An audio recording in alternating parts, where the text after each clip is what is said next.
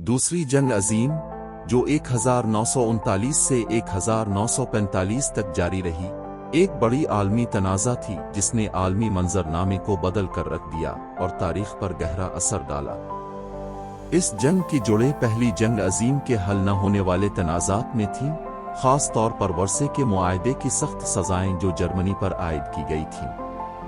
1920 और 1930 की दहाइयों के दौरान इक्तिसादी अदम इस्तेहकाम, ख़ास तौर पर अजीम कसाद बाजारी के बाइस एडवुल्फ हिटलर और नाज़ी पार्टी के उरूज की राह हमवार हुई, जिन्होंने जर्मनी की साबिका अज़मत की बहाली का वादा किया। ये जंग 1 सितंबर 1939 को शुरू हुई जब जर्मनी ने पोलैंड पर हमला किया, जिसके नतीजे में बरतानिया और फ्रांस ने जर्मनी के खिलाफ जंग का ऐलान किया। जर्मनी ने तेज़ रफ्तार फौजी हिकमत अमली,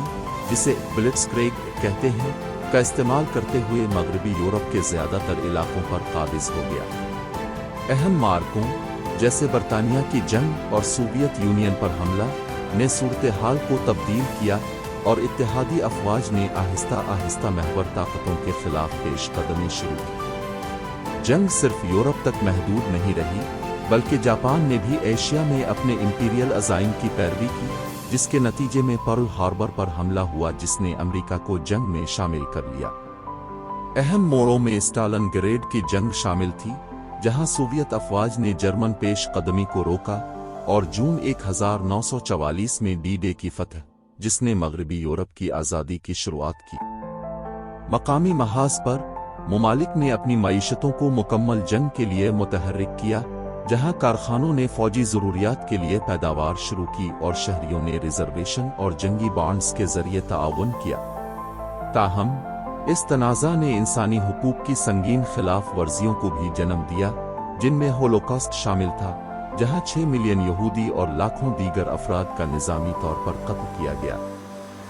यूरोप में जंग का इख्तिताम 8 मई 1945 को जर्मनी की गैर मशरूत हथियारी के साथ हुआ, लेकिन जापान के साथ लड़ाई जारी रही जब तक कि अमेरिका ने हिरोशिमा और नागासाकी पर एटमी बम नहीं गिराए, जिसके नतीजे में जापान ने 2 सितंबर 1945 को हथियार डाल दिए। दूसरी जंग अजीम के बाद अक़वाम मुत्तहिदा का क़याम अमल में आया ताकि अमन को फ़रोग़ दिया जा सके और मुस्तक़बिल के तनाज़ात से बचा जा सके, जबकि जुग़राफ़ियाई मंज़रनामा भी तेज़ी से तब्दील हुआ, जिसने सर्द जंग की बुनियाद रखी।